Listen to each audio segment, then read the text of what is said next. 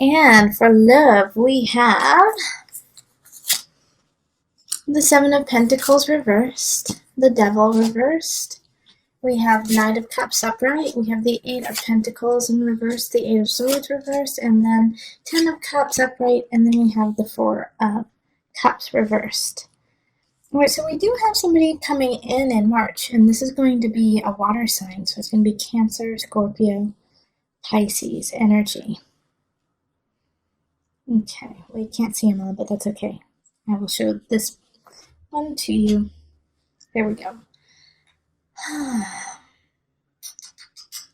So just looking at this here, we do have, like I said, we have somebody in the upright coming in. They're going to come in quickly. They're coming in to clear space for you. They're coming in to rectify a situation and almost to heal you. They're here to heal you. Yes, they're here for healing because you're trying to let go of someone or something or some situation, some obsession, something that is almost unhealthy for you. You know it's unhealthy for you, and you're ready to move on from it. But it's kind of hard. It's kind of difficult. It's like if you love gin and tonics and you have one every night, and then all of a sudden you stop doing that. Like, you know that's the healthy thing to do, and that's what you want to do, but it's hard to act out. All right, so the Seven of Pentacles is acknowledging that it's hard. It's hard. Even though you're going to get through it and you are going to do it, taking the steps to do it is hard. So this Knight of Cups is here to help you heal through that. And the Ten of Cups is lovely. They're linking to you. They're coming in to do that. Now with the Knight of Cups, oftentimes I don't see them as having a huge longevity. They often come in and they go out fast. But it's going to be good. It's going to be good. It's going to be needed. And you're going to love being with them. The hard thing about this relationship that's coming in is you will want to hold on to it. Okay, that's what the Four of Cups here is saying. You know, it's saying that you want to hold on to it. But the Eight of Pentacles and the Eight of Swords gives me hope for you, actually. Because this person is ushering in a new sense of self for you, where you realize you can let go of the devil. You can let go of this obsession. And it's like they give you the nudge towards your happiness. Eight of Pentacles reversed is that too. It's like you understand, you have like this innate knowledge that you haven't tapped into, and now you're finally getting to tap into it. Like, this is so good. But like I said, it's going to be hard not to want to hold on to this Knight of Cups, not to want to hold on to this relationship. And because when they are with you, they are with you. They are connected to you, but they also know that this is just a moment. And that's why they are connecting to you. And that's why they are there. And they love you wholeheartedly for that moment. And passionately and strongly. And you feel at ease with them. But they're only here for a very short time, so enjoy it. I'm not saying they're going to die. They just have to move on. So I kind of get the sense that maybe they're coming for work into your area, and they're only here for like a week, maybe a month. And so you have this passionate connection, and then they have to go home. They have to go away. You know, like it's just like this brief encounter that just reminds you of love, reminds you of what it feels like to be connected. And so take that relationship, take that moment with them, and be grateful for it. All right, Sag, let's pull some universal love cards just to bring it together. And we have meditation. Holy moly, I keep pulling the same cards. And I just want to show you guys. It's like I'm really shuffling the whole time. You can hear it. But okay, it's this one. Spiritual growth. Yes. Hallelujah.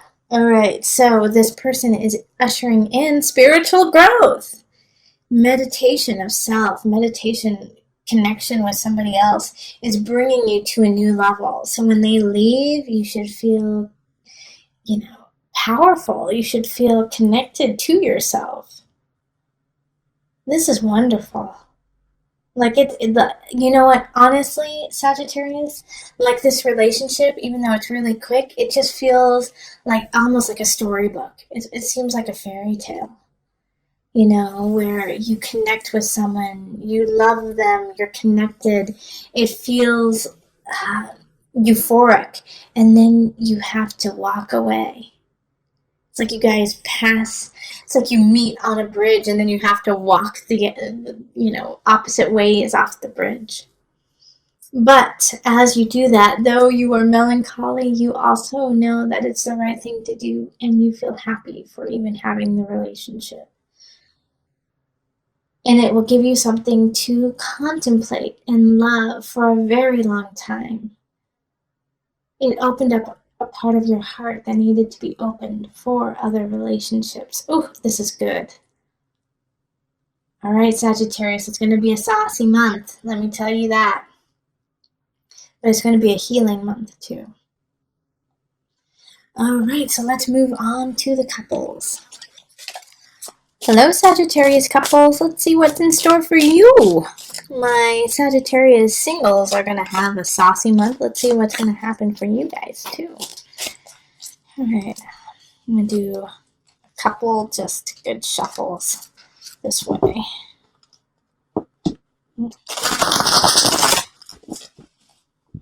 I'm still breaking in these cards. They're hard to shuffle this way.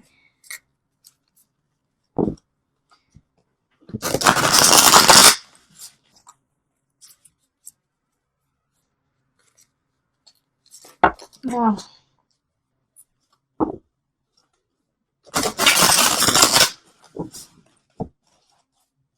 That's good.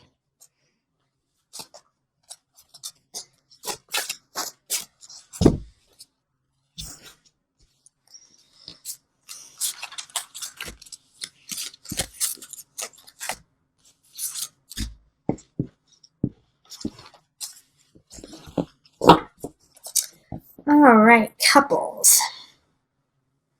We have, for March, 5 of Swords, the Sun reversed, 5 of Cups reversed.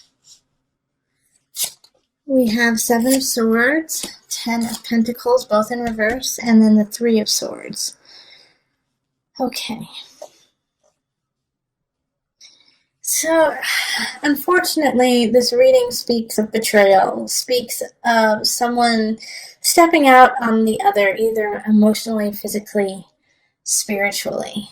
It feels like for a lot of you, it's going to actually be your partner's checking out, not physically, but emotionally. And because of that, they're not speaking to you. Okay, so it's kind of like they're just not present in the relationship. And you guys are going to fight about it. Yeah, 5 of Swords is fighting about it. Okay? But it's meant to shine light on what the true situation is. 5 of Cups, you're also going to be, mourning a situation. And 7 of Swords, yeah. 7 of Swords is betrayal. 3 of Swords is betrayal. 10 of Pentacles is not feeling happy about it. Like the whole month is going to be dealing with this situation that somebody has stepped out. Like I said, it could be in different ways. It's not just like cheating. It can also just be that they no longer are emotionally present, that they are no longer communicating to you. They're gaslighting you. Sagittarius. Yeah, they are really doing it on like the intellect level. And the 7 of Swords is also, paranoia. 7 of Swords reverse is paranoia. And feeling like, gosh darn, what can I do?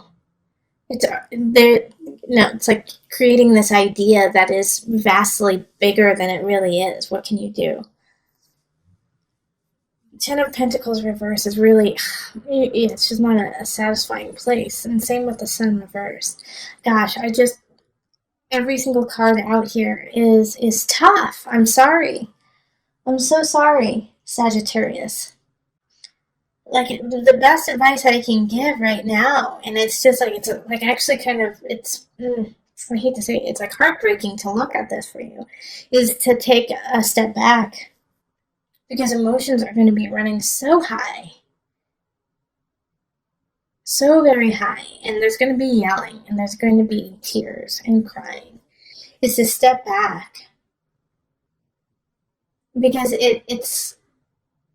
there is going to be a situation in a relationship that it's going to change. It's going to drastically change. Now, the grain of hope here is the Sun, actually, even though it's in reverse. Even though it's in reverse, it still shines. It's just harder to see. And that's what this situation kind of is. It's like overwhelmingly anxious and stressful for you.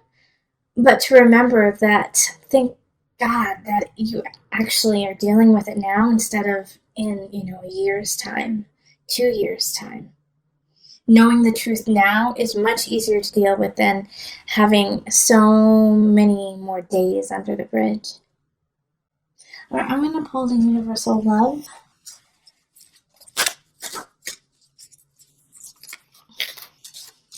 Let's see here. Inner child. Okay, and Universal Heart. Okay. So with these two cards here, it's really, don't give up. Don't give up on yourself, even though this situation is going to most likely kind of make you feel like you're drudging through the mud. There's this aspect of you with the inner child, especially, that has been denied, that has been ignored for too long. And so now this inner child is screaming, like, pay attention to me, pay attention to what I need. And that's, something from the past that you have buried within yourself. Like, shut up! We don't have time for that. And so to be gentle with it, because it's going to come up. Like, this month is trigger happy for you. You're going to be hitting a lot of triggers. Your partner's going to be hitting triggers, trying to make you feel a certain way, making you feel uncertain, unsure, not confident. And so they're going to trigger that, and it's going to make you realize that there are some aspects from your past that you haven't come to terms with yet. And I think, Sagittarius, that when that happens, you're going to kind of feel forlorn. Like, I thought I was over that. I thought I was done. Why is it coming up now again? And it's to remind you to have faith in yourself, have faith in the universe, and that love is universal. To be kind to you, to be kind to this process. That you are going to mess up. You're going to say some things that you regret. And that's okay. That's okay. Be gentle with yourself. Have some patience. Slow down, Sagittarius. I hope you get to see this reading before the crap hits the fan, so that you remember to slow down. Slow your roll. Slow down your words in the fight, in the fire. And move just a little bit slower than you want, so that you don't lash out and go, dang it, I wish I wouldn't have said that. And if you do, forgive yourself, and, do what is true and what is honest and what is good for you and your partner too. It is hard to say, I am sorry. It is hard to say, I was wrong. But guess what? If you were wrong, admit it. If you are sorry, admit it.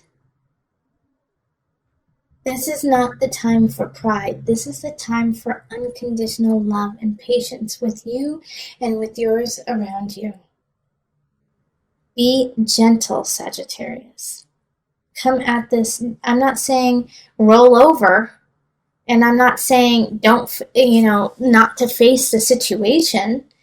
And I'm also not saying that you can't be angry. Yeah, you can be mad as hell. But how you dish it out, how you deal with that anger is what's important. Are you going to spew the anger and the hate back? Or are you going to take a moment and say, that's not going to do any good? Yeah, I'm mad as hell.